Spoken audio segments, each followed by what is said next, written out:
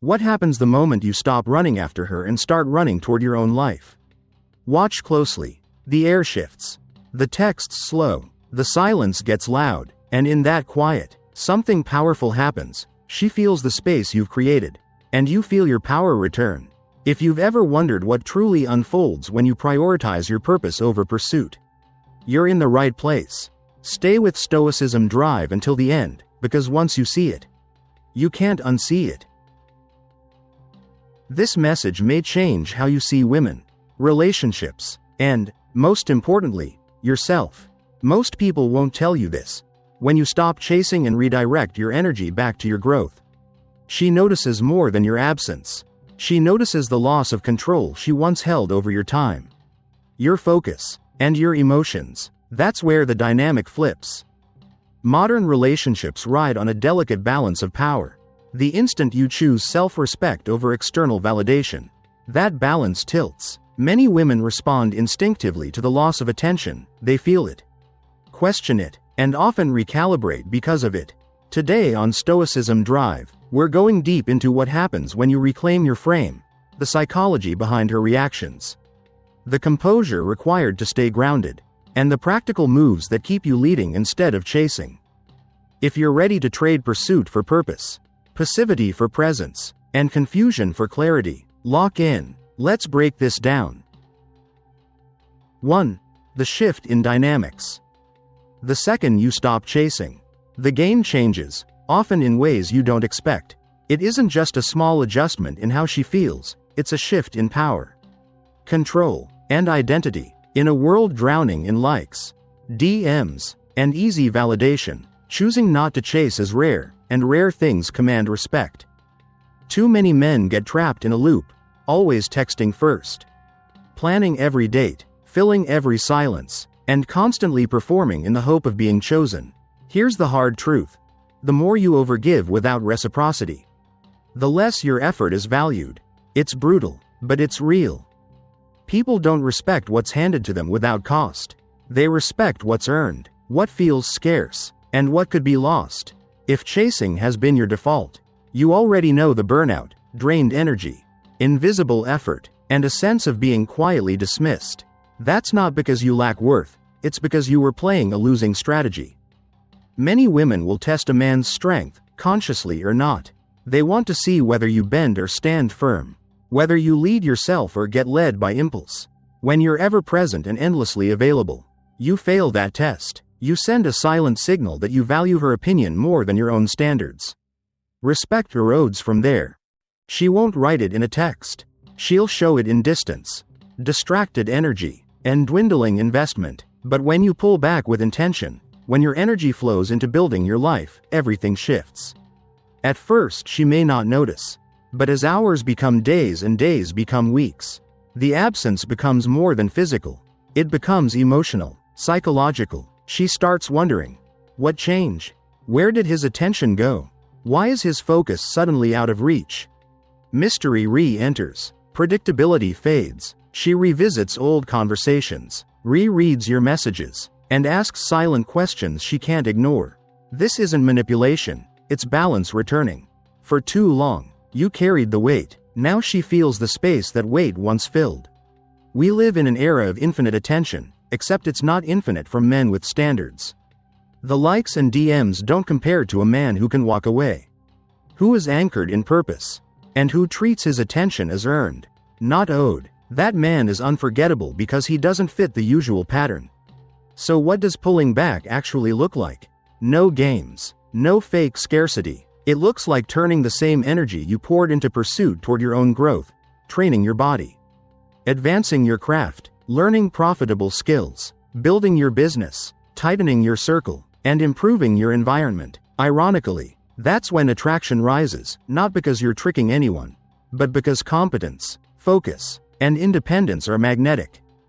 If you're always on your phone trying to manufacture connection, you're communicating that your life is empty without her. That's not romance, that's dependency. Most women don't want to be your purpose, they want to join a man who already has one. When you stop chasing, she must look at the connection differently. Questions surface. Did I take him for granted? Did I push too far? Has he met someone aligned with his values?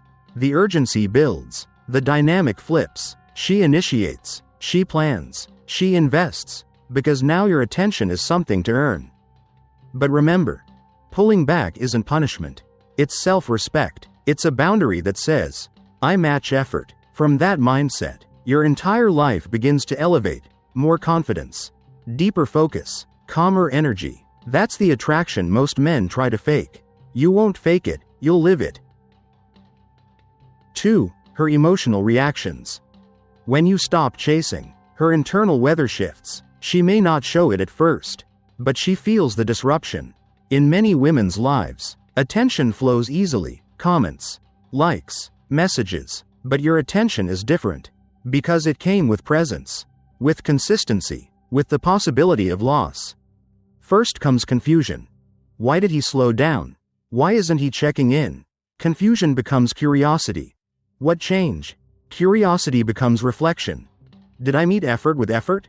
Did I overplay the tests? Reflection reveals uncomfortable truths about patterns, expectations, and respect.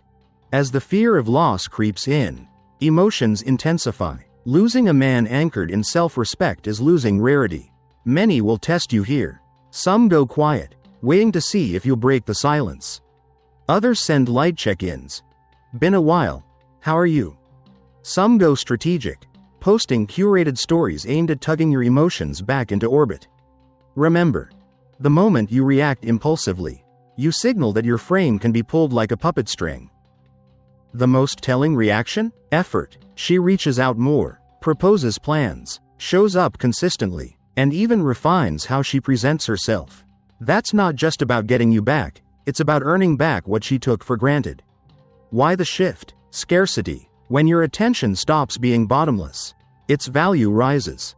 Here's the key. Her reactions are not your responsibility to manage.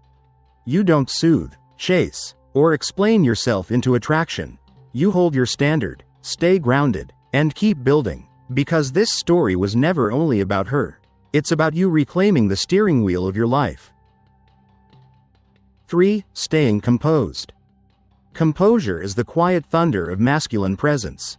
It separates leaders from pleasers, and men with standards from men seeking approval. In a world of instant reactions and emotional whiplash, composure is rare, and rare is valuable.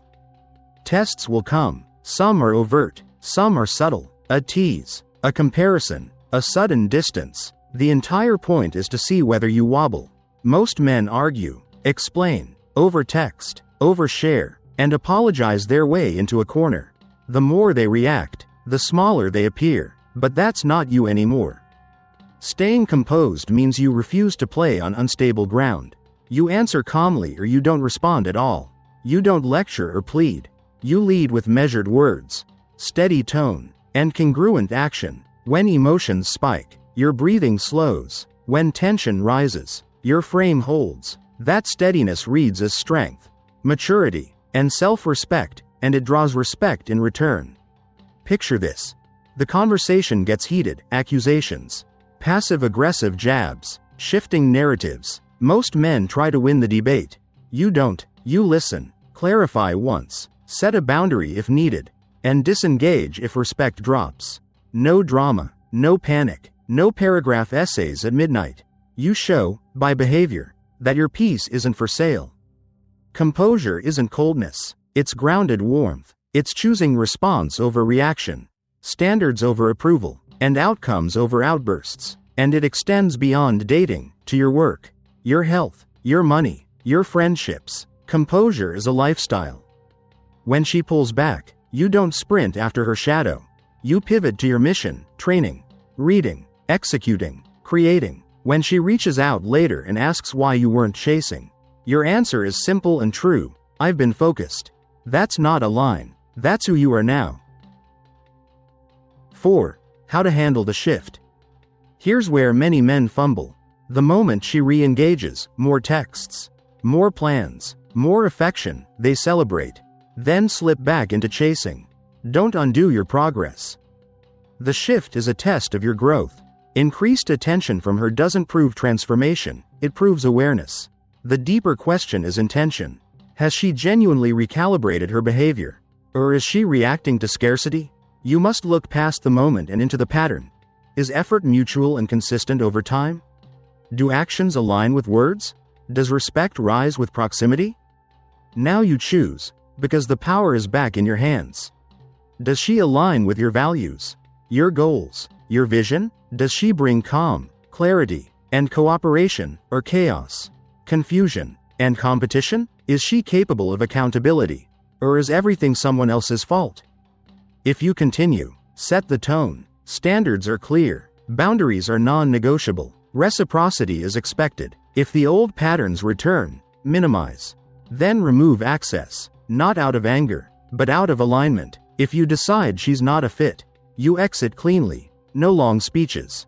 No retaliation. No breadcrumbs. Walking away with grace is the highest form of self-respect, and it preserves your momentum. Remember, being chosen is not the goal. Choosing well is. Leadership in relationships starts with leading yourself. 5. The power of focused detachment. At the root of everything is focused detachment, the ability to care deeply without clinging. To love without losing yourself. To give without giving away your center. Detachment is not apathy, it's control. It's the decision to never outsource your worth to someone else's attention. Focused detachment is walking away from anything that misaligns with your values, draining relationships, low-standard environments, habits that dull your edge. It's investing your finite time and energy like a professional, toward your health, discipline, finances, mission, and tribe. When you detach from external approval, you become immune to the push-pull games. Your confidence comes from competence. Your self-respect from standards kept in private. You remain open to connection, but anchored in purpose. That balance is what most men never master. Say it plainly. I am enough. You don't need a text back to confirm it. You don't need a compliment to sustain it. You've built it, repetition by repetition, day by day. That's the kind of man women remember. That's the kind of man men respect. And that's the kind of man who builds a life worth living. Focused detachment ties every thread together. It stabilizes your frame, clarifies your choices, and filters your circle. The right women lean in, the wrong ones drift out, and you stay free to live on your terms. If this resonated, if you're done sprinting after what should be walking toward you, drop "I'm done chasing" in the comments right now. If you want more content that forges calm strength and unshakable standards, like this video, subscribe to Stoicism Drive, turn on notifications, and share this with a friend who needs to hear it today. The more you engage, the more the platform shows this message to men ready to lead themselves first. Let's build a community that lives by principle, not by permission.